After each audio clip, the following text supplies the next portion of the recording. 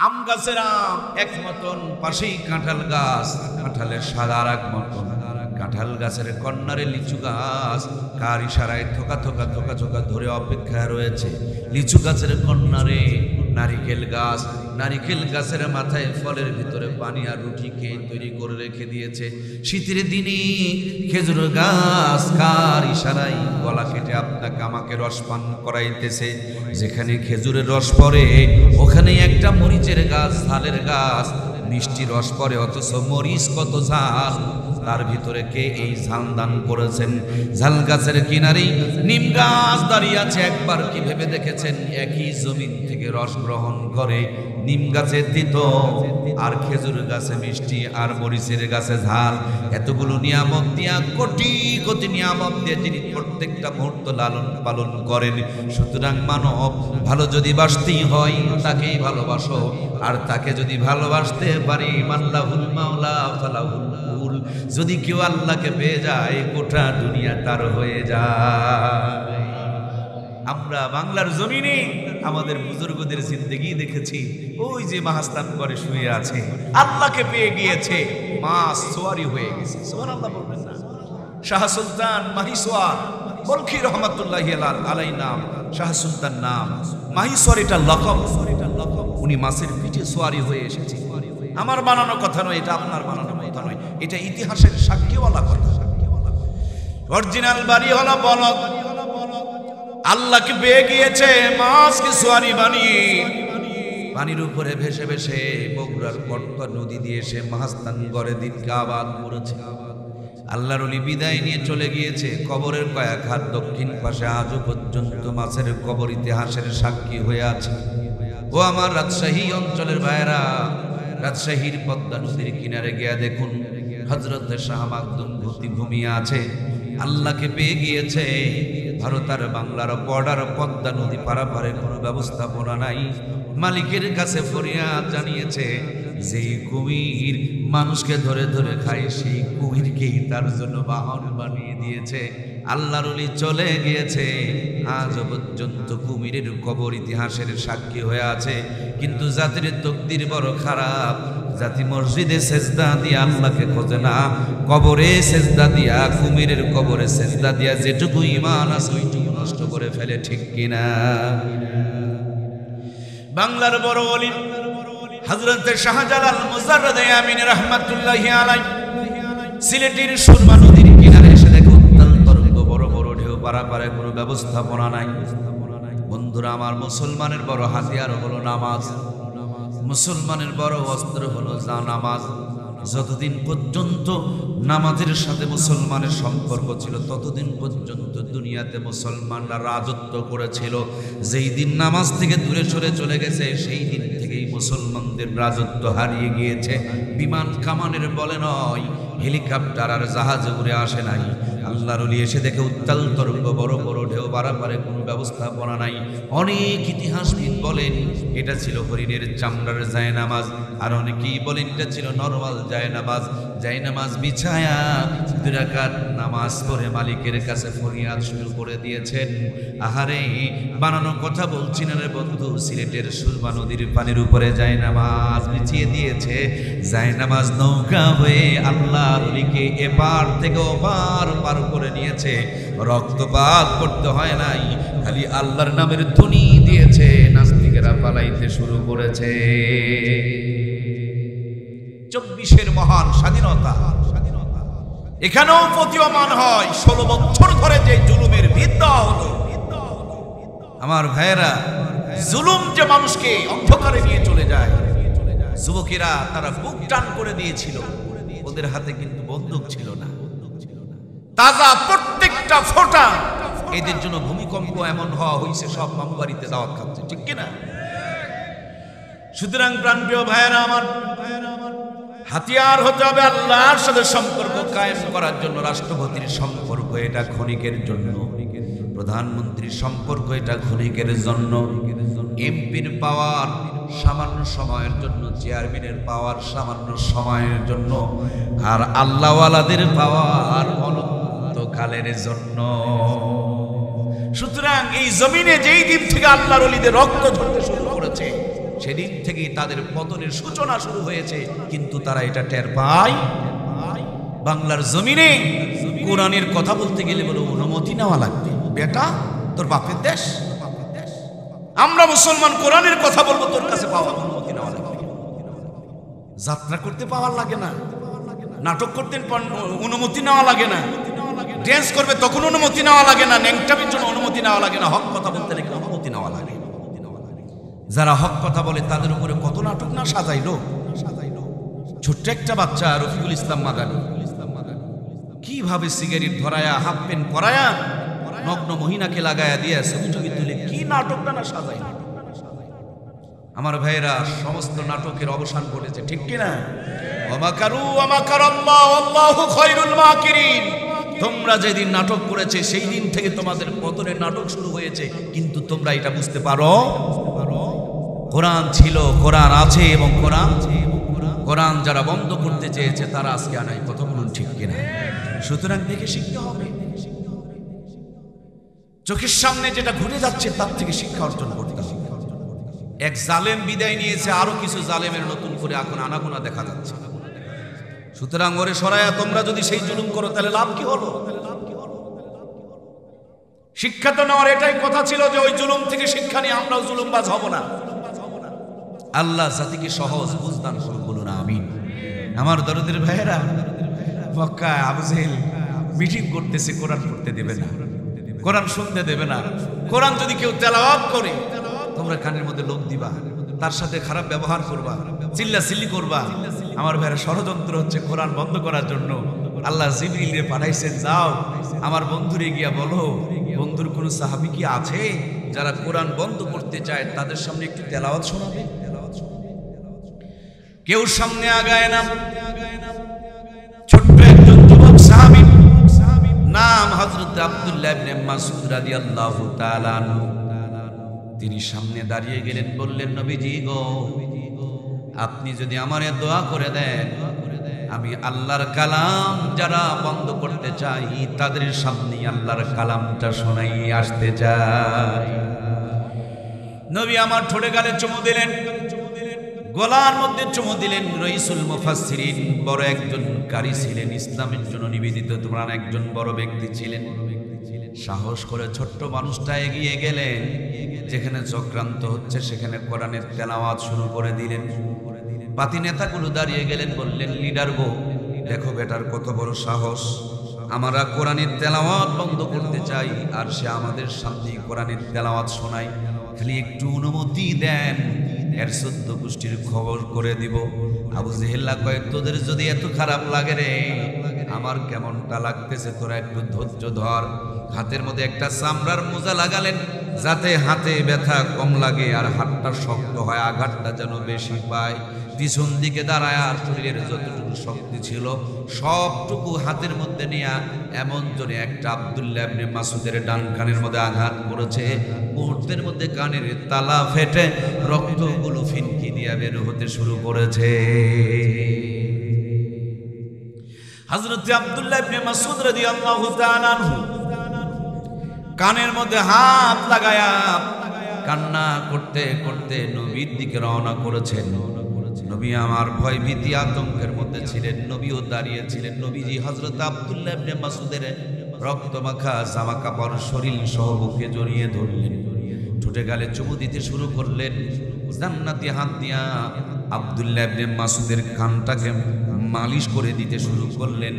এমন মুহূর্তে আমার আল্লাহ তাআলা জিবরিল আমিনকে ডাকতে বলে, জিবরিল রে, আমার বন্ধু কাঁদে, আমার বন্ধুর সাহাবী কাঁদে, যাও রে জিবরাইল যাও, এই কানের বদলা আর একটা কানের বাজেট করে দিলাম, এই কানের বদলাই আর একটা কানের একটা বাজেট ক্যালকুলেশন করে দিলাম, কিন্তু বলবা না, তুমি একটু পাশে দাঁড়ায়া দাঁড়ায়া হাসবে। তখন আমার বন্ধু তোমারে জিজ্ঞেস করবে, জিবরিল রে, তুমি আমি কাঁদি, আমার সাহাবী কাঁদে, আর তুমি আমার পাশে দাঁড়ায়া হাসো, তুমি এত নির্দয় কেমনে হয়ে গেলে? তুমি এতটুকুই খালি বলবে, এই রক্তের বিনিময়ে অন্য কোথাও রক্তের বাজেট হয়ে গিয়েছে, এটা এখন বলা যাবে না। যেই দিন মক্কা থেকে হিজরত করে মদিনায় যাইবেন সেই দিন আপনাকে এর উত্তর দেওয়া হবে। এতটুকু বলে জিবরাইল আমিন চলে গেলেন। আমার প্রিয় ভাইয়েরা, বদরের ঘটনা আপনারা অনেকেই জানেন। মদিনাতে গিয়ে নবী একটু আনন্দে থাকবে, শান্তিতে থাকবে, ভালো থাকবে। মক্কার কাফেরেরা সহ্য করতে পারল না। এদিকে ষড়যন্ত্র করে বদরের প্রান্তরে যুদ্ধের জন্য মহা পরিকল্পনা তারা এঁকে ফেলে দিলেন। অল্প কিছু সাহাবী নিয়া নবীজি আমার বদরের প্রান্তরে রওনা করলেন। আহারে কি নিদারুণ ঘটনা আমার ভাইয়েরা। আমরা অনেকেই হজে যাই, উমরায় যাই, কিন্তু এই ঐতিহাসিক জায়গাগুলোতে যাইতে চায় না। বদরে যাবেন, অনেক শিক্ষণীয় জিনিস দেখতে পাবেন। ওই বদরে যেতে যেতে বরকতময় নবীজির দুইটা পাওয়া যায়, কুয়া পাওয়া যায়।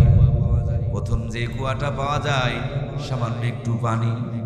কাফেররা চিন্তা করলো মুসলমানরা এই পথ দিয়ে যাবে, এদের কাছে তো তেমন কোনো জিনিসপত্র নাই, এই কূপের পানিগুলো তারা পান করবে। এই জন্য কূপের মধ্যে তারা বিষ ঢেলে দিল, যে এই পানি পান করেই তারা মারা যাবে, বদর পর্যন্ত পৌঁছতে পারবে না। নবী আলাইহিস সালাম সাহাবা ইকরামকে নিয়ে রওনা করলেন। সামান্য একটু পানি দেখেই পানিগুলো সাহাবা ইকরামরা খাওয়ানোর জন্য পরিকল্পনা শুরু করলেন। এমন মুহূর্তে জিবরাইল আমিন জানিয়ে দিলেন, নবীজি গো, এই পানির মধ্যে কাফেররা বিষ দিয়ে গিয়েছে, এই পানি আপনার সাহাবা ইকরামকে আপনি খাওয়াবেন না।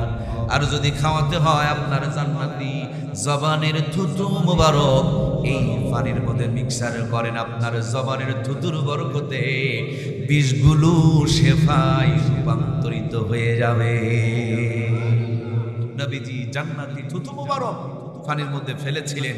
পানি আজও মিষ্ট, এখনো পানিটা মিষ্ট, ঝর্ণার পানি প্রবাহমান রয়েছে, সেখানে খাওয়া যায়।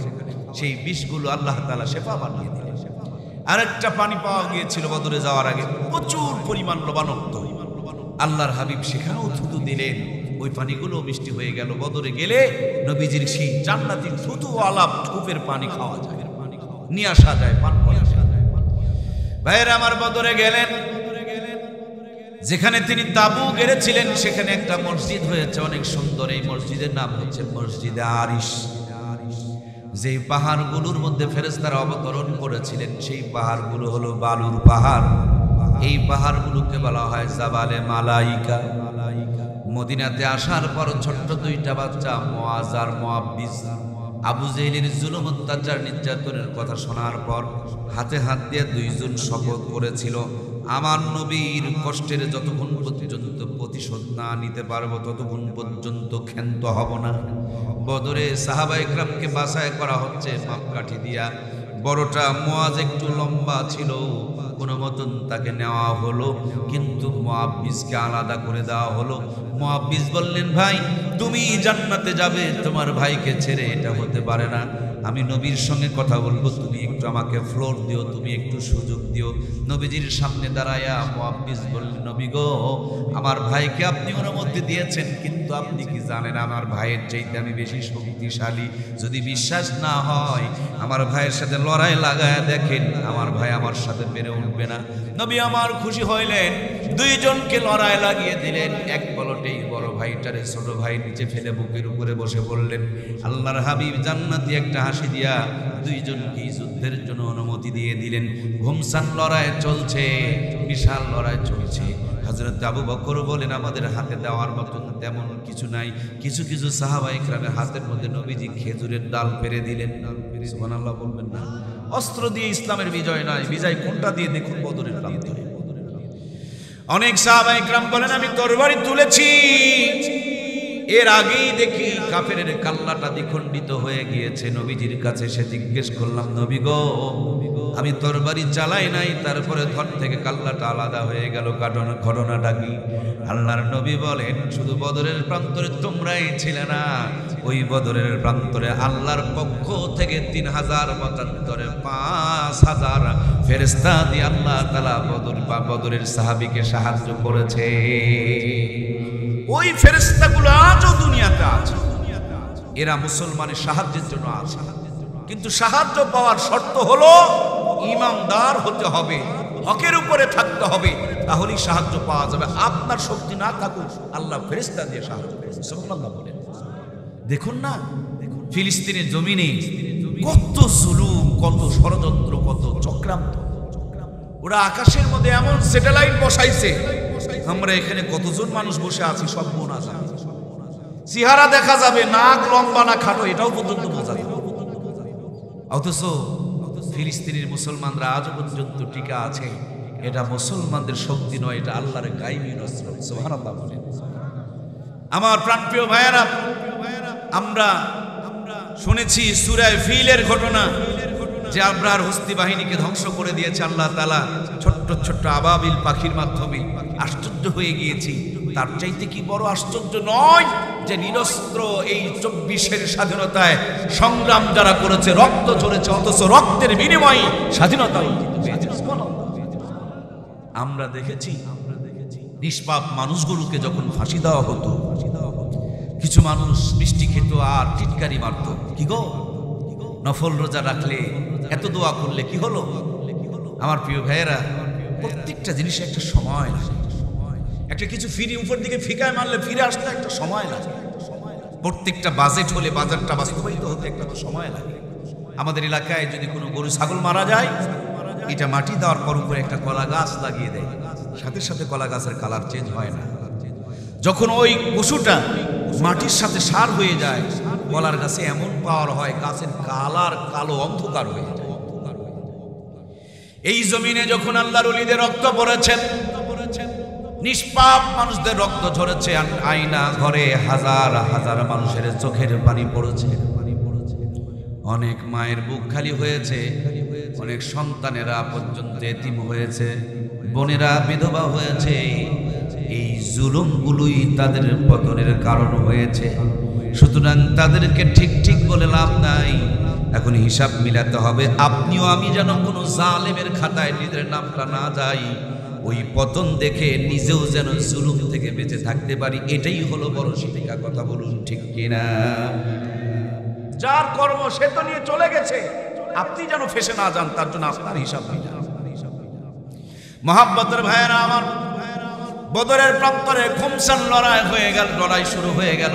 ছোট্ট দুটি বাচ্চা মুআজ আর মুআব্বিস, আব্দুর রহমান ইবনে আউফ নামক একজন সাহাবীকে ডাকতে বলেন, চাচু গো, কোনটা আবু জেহেল যেটা আমার নবীকে বড় কষ্ট দিয়েছিলেন? আমার ভাইরা আব্দুর রহমান ইবনে আউফ রাদিয়াল্লাহু তাআলা আনহু বড় বিরক্ত হয়ে দেখা দিলে বললেন, ওই যে দেখো ঘোড়ার পিঠে চড়ে কি সুন্দর করে মাতাব্বরি করছে আর পরিচালনা করছেন, এটাই হলো আবু জেহেল। এটাই নবীজিকে সবচেয়ে বেশি কষ্ট দিয়েছে। একটা দৌড় দিয়া আমার ভাইরা আবু জেহেলের ডানা পায়ের মধ্যে উরুর মধ্যে এমন আঘাত করলেন, মুহূর্তের মধ্যে জমিনে পড়ে গেল, রক্ত দিয়ে রঞ্জিত হতে শুরু করে দিল। আমার ভাইয়েরা, পিছন দিকে ইকরামা ছিল আবু জেহেলের ছেলে, পিছন দিক থেকে আঘাত করে হযরত মুআজ্জের ডান হাতটা কেটে পড়ে গেল। ডান হাত ঝুলে রয়েছে, এখনো পর্যন্ত কেটে যায় নাই। ঝুলা হাত নিয়ে যুদ্ধ করতে বড় কষ্ট হয়, এজন্য হাতকে পায়ের নিচে রেখে দিয়া টান মেরে শরীর থেকে হাত দ্বিখণ্ডিত করে দিনের জন্য সংগ্রাম করেছে। আর এই বাংলার মুসলমান কারণে অকারণে দিনের বিরুদ্ধচারণ করতেছে, ইসলামের বিরোধিতা করতেছে। তারাও মুসলমান, আমরাও মুসলমান। ওরা দিনের জন্য নিজের জীবনের সব বিলিয়ে দেয়, আর আমরা সামান্য স্বার্থে দিনকে বিক্রি করে ফেলে দেই। ঠিক কিনা? প্রাণপ্রিয় ভাইয়ের আমার, বদরের প্রান্তরে নিচে একটা জায়গা ছিল। এই তো কয়েকদিন আগে যখন উমরায় গিয়েছিলাম, হাজী সাহেবদেরকে নিয়ে গিয়েছিলাম এই নিচু জায়গাটায়। কোনটা নিচু জায়গা? কিন্তু অনেকেই মনে করে এই জায়গাটায় আবু জেহেল তার বডিটা ছিল, দেহটা পড়েছিল।